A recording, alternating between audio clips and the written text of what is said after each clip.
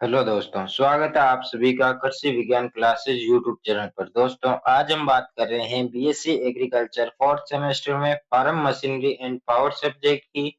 और इस सब्जेक्ट में आज की क्लास में हम चर्चा करने वाले आईसी इंजन की कुछ महत्वपूर्ण टर्मिनोलॉजी के बारे में। यानी कि जो आईसी इंजन होता है उसमें कुछ महत्वपूर्ण ऐसी परिभाषाएं आती है, ऐसी कोई टर्म आती है जो आपके एक एक नंबर वाले जो एग्जाम में क्वेश्चन आते हैं उनमें ये टर्म आपको पूछी जाती है। कुछ ऐसे सूत्र भी आते हैं, वो भी आपसे पूछे जा सकते हैं, सीधा-सीधा आपके क्वेश्चन आ सकता है, तो हम इनकी भी बात कर लेते हैं। बहुत ही छोटा-सा टॉपिक रहने वाला है। इस टॉपिक से पहले हमने आईसी इंजन के बारे में पढ़ा कि आईसी इंजन क्या होता है, ईसी इंजन क्या होता है, आईसी इंजन के पार्ट्स कौन-कौन से होते हैं और जो एसआई इंजन क्या होता है, सीआई इंजन क्या होता है, इनके बारे में हमने चर्चा की। उसके बाद में हमने चर्चा की कि जो 4 स्ट्रोक एसआई इंजन किस तरह से काम करता है, 4 स्ट्रोक सीआई इंजन किस तरह से काम करता है, 4 स्ट्रोक एसआई इंजन और सीआई इंजन में अंतर भी हमने चर्चा कर ली है। तो वो यदि आपने क्लासें नहीं देखी है तो आपको 4 नंबर और 5 नंबर वाली क्लास आपको जरूर देखनी है। उसमें मैंने आइस इंजन को डिटेल में बताया हुआ है, तो वो क्लास आप जरूर देखें। इसके साथ ही हमने 2 स्ट्रोक के बारे में भी चर्चा कर ली थी। इसी कड़ी को आगे बढ़ाते हुए हम आज की क्लास में चर्चा करेंगे कि महत्वपूर्ण परिभाषाएं, जिनमें जो मुख्य मुख्य परिभाषाएं हम डेफिनेशन हम आज की क्लास में देखने वाले हैं। कुछ महत्वपूर्ण सूत्र भी हम आज की क्लास में देखेंगे। और तो चलिए आज की क्लास को हम शुरू करते हैं। सबसे पहले आता है बोर, स्ट्रोक, टीडीसी, बीडीसी, ये सब क्या होते हैं। तो सबसे पहले आता है बोर। तो बोर क्या होता है, जो सिलेंडर का जो आंतरिक व्यास होता है ना, जो सिलेंडर के अंदर, जैसे कि ये कोई सिलेंडर होता है जिसके अंदर पिस्टन गति करता है, तो ये इस सिलेंडर का जो आंतरिक ये व्यास होता है इसको कहते हैं हम बोर। स्ट्रोक क्या होता है कि जो जैसे कि जो जो सिलेंडर होता है इसमें ये पिस्टन होता है, तो ये ऊपर से नीचे की ओर जैसे ही आता है ना, तो एक स्ट्रोक कंप्लीट होता है। यानी टीडीसी से बीडीसी तक आता है तो एक स्ट्रोक कंप्लीट होता है। टीडीसी से वापस बीडीसी की ओर जाता है तो दूसरा स्ट्रोक कंप्लीट होता है। बीडीसी से वापस टीडीसी की ओर आता है तो तीसरा स्ट्रोक पूरा होता है। तो ऐसे होते हैं 4 स्ट्रोक, यानी कि एक पावर बनाने में वो 4 बार घूमता है।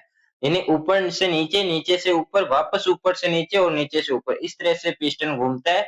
ये होता है स्ट्रोक की जो पिस्टन होता है उसका ऊपर से नीचे की ओर विस्थापन होना, यानी कि टीडीसी से बीडीसी तक विस्थापन होना या ऊपर नीचे होना पिस्टन का। टीडीसी और बीडीसी क्या होता है कि पिस्टन का जो टॉप से, यानी कि सिलेंडर का ये होगा टॉप, यानी जो टीडीसी हो गया, और ये होता है इसका बॉटम। तो टीडीसी से बीडीसी की ओर और बीडीसी से टीडीसी की ओर, यानी कि पिस्टन का ऊपर नीचे की स्थिति को हम टीडीसी बीडीसी कहते हैं। तो ये भी आपको समझ में आ गया कि टीडीसी बीडीसी क्या होता है। अब हम बात करते हैं स्वेप्ट वॉल्यूम और क्लियरनेस वॉल्यूम क्या होता है। तो स्वेप्ट वॉल्यूम वॉल्यूम क्या होता है कि पिस्टन द्वारा जो स्वेप्ट आयतन जो होता है उसे हम कहते हैं स्वेप्ट वॉल्यूम। और क्लियरनेस वॉल्यूम क्या होता है कि टीडीसी पर जो बचा हुआ जो आयतन होता है उसे हम कहते हैं क्लियरनेस वॉल्यूम। जो हम कंप्रेशन रेशियो जो निकालते हैं उसका ये सूत्र होता है जो आपके वेरी इंपॉर्टेंट है, ये आपसे पूछा जा सकता है। सूत्र वाले जो क्वेश्चन होते हैं वो एक तो खालिस्तान में पूछे जाते हैं, यानी फिल इन द ब्लैंक्स में, एमसीक्यू में आपके पूछे जा सकते हैं, और जो छोटे क्वेश्चन आते हैं उनमें भी आपके ये क्वेश्चन पूछे जा सकते हैं। इसलिए ये क्वेश्चन आपको जरूरी होता है कि सूत्र वाले क्वेश्चन जो, भले आप फर्स्ट सेमेस्टर में मैथ में भी आपने देखा होगा सूत्र ज्यादा पूछे जाते हैं, इसलिए सूत्र आपको याद होना चाहिए। तो कंप्रेशन रेशियो का सूत्र क्या होता है कि सीआर, यानी कंप्रेशन रेशियो बराबर वीएस, का मतलब होता है जो स्वेप्ट वॉल्यूम प्लस जो क्लियरनेस वॉल्यूम होते हैं, वीसी, भाग देना है आपको क्लियरनेस वॉल्यूम का, तब आपके पास निकल के आएगा कंप्रेशन रेशियो। यानी कि ये सूत्र होता है कि जो सीआर बराबर होता है वीएस प्लस वीसी, भाग देना आपको वीसी का, यानी क्लियरनेस वॉल्यूम का आपको भाग देना होता है। तो ये सूत्र आपको याद रखना है कि किस तरह से काम करता है, सूत्र सूत्र आपको याद रखना है। फिर हम बात करते हैं डिस्प्लेसमेंट और कैपेसिटी की हम बात करते हैं। तो सिंगल सिलेंडर कैपेसिटी की बात करें तो वो होती है वीएस, यानी कि जो वीएस होता है वही जो सिंगल सिलेंडर होता है उसकी कैपेसिटी होती है। लेकिन आपसे यदि पूछा जाए कि मल्टीपल सिलेंडर की कैपेसिटी, तो आपको एक तो वीएस जितना होता है, यानी कि एक सिलेंडर की कैपेसिटी कितनी है वीएस, दो सिलेंडर की कितनी होगी तो वीएस इंटू दो, यानी कि दो सिलेंडर है, एक की कैपेसिटी वीएस है तो दो की कितनी होगी, उसको दो से गुणा कर दो तो उसकी दोनों की कैपेसिटी आ जाएगी। तो ये इसका सूत्र होता है multiple cylinder VS into number of cylinder. तो ये सूत्र भी आपको याद रखना है, वेरी इंपॉर्टेंट है, इससे ज्यादा वो इंपॉर्टेंट है।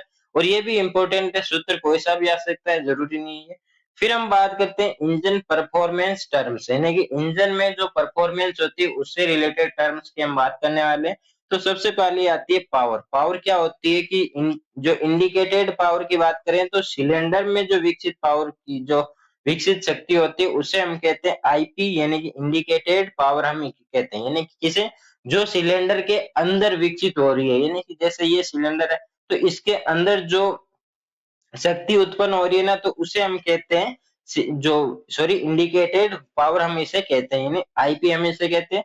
ब्रेक पावर क्या होती है कि शाफ्ट जो सॉफ्ट होती है पर उपलब्ध जो शक्ति होती है, जो डायनोमीटर से हम इसको मापते हैं, तो उस शक्ति को हम कहते हैं ब्रेक पावर, जिसे हम डायनेमोमीटर से हम इसको मापते हैं, यानी मापन करते हैं। तो ये भी आपको याद रहना है कि मापन किससे करते हैं। फ्रीक्वेंसन पावर क्या होती है कि घर्षण या पेपिंग जो में हानि जो होती है उसको हम कहते हैं फ्रीक्वेंसन पावर, यानी एफपी हम कहते हैं। रिलेशन क्या होता है कि ये आपको सूत्र होता है कि यानी रिलेशन का आपको सूत्र पूछ सकता है कि आईपी बराबर बीपी प्लस एफपी, ये इसका सूत्र होता है। यानी सूत्र आपको याद रखना है। सूत्र आपके इस जो टर्मिनोलॉजी है उसमें आपको पिस्टन क्या होता है, टीडीसी बीडीसी क्या होते हैं, दूसरा ये सूत्र आपको याद रखना है, इनकी दक्षता अवस्था कैसी होती है ये आपको याद रखनी है। फिर हम बात करते हैं एफिशिएंसी की, यानी दक्षता की। तो मैकेनिकल दक्षता क्या होती है, एनएम बराबर बीपी अपॉन आईपी, यानी कि जो ये बीपी और आईपी क्या होते हैं ये भी आपको पता होना चाहिए। तो ये होता है इसका सूत्र, यानी कि मैकेनिकल दक्षता का सूत्र होता है एनएम, जो कि मैकेनिकल दक्षता होती है, बीपी और आईपी का, जो बीपी होता है उसमें आईपी का भाग देना होता है, यानी ये इसका सूत्र होता है। तो ये भी इंपॉर्टेंट है। थर्मल दक्षता क्या होती है कि ईंधन उष्मा के सापेक्ष जो उपयोगी शक्ति होती है वो होती है थर्मल दक्षता। ये भी आपको याद रखना है। इसके साथ ही आता है विशिष्ट ईंधन की खपत, यानी कि जिसे हम कहते हैं बीएसएफसी, जो प्रति यूनिट बीपी पर ईंधन की खपत होती है, जो कम होना अच्छा है, यानी कि जब खपत कम होगी तो अच्छा माना जाता है। अब हम बात करते हैं कि ट्रैक्टर में डीजल इंजन क्यों। आपने देखा होगा कि बाइक में जो होता है वो पेट्रोल इंजन होता है, कई कारों में भी पेट्रोल इंजन होता है, लेकिन ट्रैक्टर में आपने कहीं नहीं देखा होगा कि पेट्रोल इंजन होता है। ट्रैक्टर में डीजल इंजन क्यों होता है, इसका क्या कारण है। एक तो इसका कारण होता है कि उच्च टॉर्क होता है, कम आरपीएम पर मिलता है, यानी कि जो डीजल होता है वो पेट्रोल से सस्ता होता है, पहली बात तो ये। दूसरी, इसकी ईंधन की खपायती, यानी कि ईंधन की जो खपाइत होती है, यानी बीएसएफसी जो होता है प्रति यूनिट बीपी पर ईंधन की जो खपत होती है वो बहुत कम होती है पेट्रोल की तुलना में। दूसरा कारण ये हो गया। तीसरा कारण इसका क्या होता है कि भारी लोड लंबे समय के लिए उपयुक्त होती है, यानी कि आपने देखा होगा कि ट्रैक्टर जो होते हैं वो भारी लोड में काम में लेते हैं, खेती में काम में लेते हैं, वजन ढोने में काम में लेते हैं, तो ये लंबे समय तक चलते हैं। डीजल वाले इंजन जो होते हैं उनमें पावर ज्यादा होता है, इसलिए हम इसको ट्रैक्टर में डीजल इंजन का प्रयोग करते हैं, ना कि पेट्रोल इंजन का। अब हम बात करते हैं कूलिंग और लुब्रिकेशन के बारे में, यानी कूलिंग सिस्टम क्या होता है और लुब्रिकेशन सिस्टम क्या होता है। इस क्लास में हम केवल परिभाषा समझेंगे, यानी कूलिंग सिस्टम होता है क्या। कूलिंग सिस्टम के बारे में हम नेक्स्ट क्लास में डिटेल में मैं आपको बताऊंगा, डिटेल में पढ़ेंगे। तो कूलिंग सिस्टम क्या होता है कि इसका पर्पज क्या है कूलिंग सिस्टम का, तो ओवर हीटिंग को रोकना, सही कार्य तापमान। यानी कि आपने देखा होगा कि जो कोई गाड़ी होती है वो लंबे समय तक दूरी तय करती है, लंबे समय तक चलती है, तो उसका इंजन जो होता है वो गर्म हो जाता है। तो उसमें क्या होता है, एक तो पंखा लगा रहता है जो उसको ठंडा करता है, यानी कि जिसे हम एयर कूलिंग कहते हैं। एक उसमें क्या होता है कि जैसे ट्रैक्टर वगैरह होता है उसमें हम पानी डालते हैं, आपने देखा होगा कि जो ट्रैक्टर ड्राइवर होते हैं उसमें पानी डालते हैं। क्यों डालते हैं, ताकि जो इंजन है वो ज्यादा गर्म ना हो, उसका जो तापमान है वो पानी नियंत्रित रखे, इसलिए उसमें पानी डाला जाता है। तो कूलिंग सिस्टम दो तरह का होता है, एक तो एयर कूलिंग और एक होता है वाटर कूलिंग, यानी रेडिएटर में आपने सुना होगा कि रेडिएटर, ये बस में भी होता है रेडिएटर, रेडिएटर या पंप में पानी डाला जाता है। और फैंस जो होते हैं ट्रैक्टर में, आपने देखा होगा आगे वाला जो हिस्सा होता है उसमें एक पंखा लगा होता है, तो वो होता है, उसको कूलिंग सिस्टम बोलते हैं। ये ओवर हीटिंग को, यानी जो इंजन होता है उसको ज्यादा गर्म होने से बचाता है।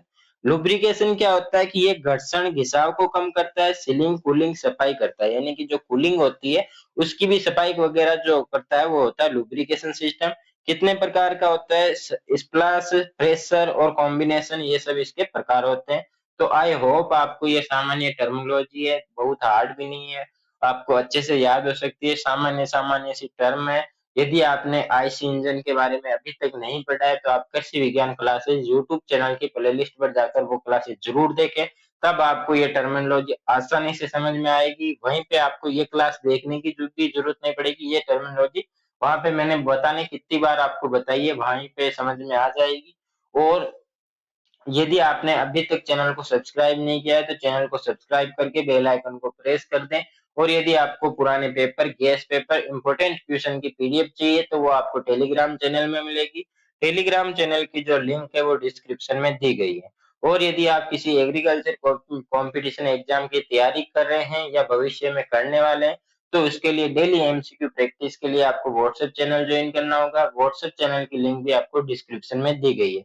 डेली एमसीक्यू प्रैक्टिस से आपको क्या बेनिफिट मिलेगा कि आपके एक तो कॉन्सेप्ट क्लियर होंगे, दूसरा आपके रिवीजन होता रहेगा, यानी कि आपकी तैयारी साथ-साथ चलती रहेगी धीरे-धीरे जैसे आप बीएससी करेंगे। तो यदि आप अभी तैयारी कर रहे हैं किसी कॉम्पिटिशन एग्जाम की तो भी आपको बेनिफिट मिलेगा, या यदि आप भविष्य में करेंगे फिर तो और अच्छा बेनिफिट मिलेगा। यानी आपकी तैयारी अभी से जारी रहेगी। जब तक आपके एग्जाम होगा तब तक आपकी अच्छी तैयारी हो जाएगी, कॉन्सेप्ट क्लियर हो जाएंगे।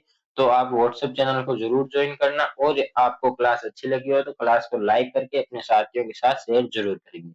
जल्दी मिलेंगे नए टॉपिक के साथ नई क्लास में। अगला टॉपिक हमारा रहेगा कूलिंग सिस्टम, उसके बारे में हम डिटेल में जानेंगे। तो जल्दी मिलेंगे नई क्लास में, तब तक के लिए धन्यवाद। जय जवान जय किसान।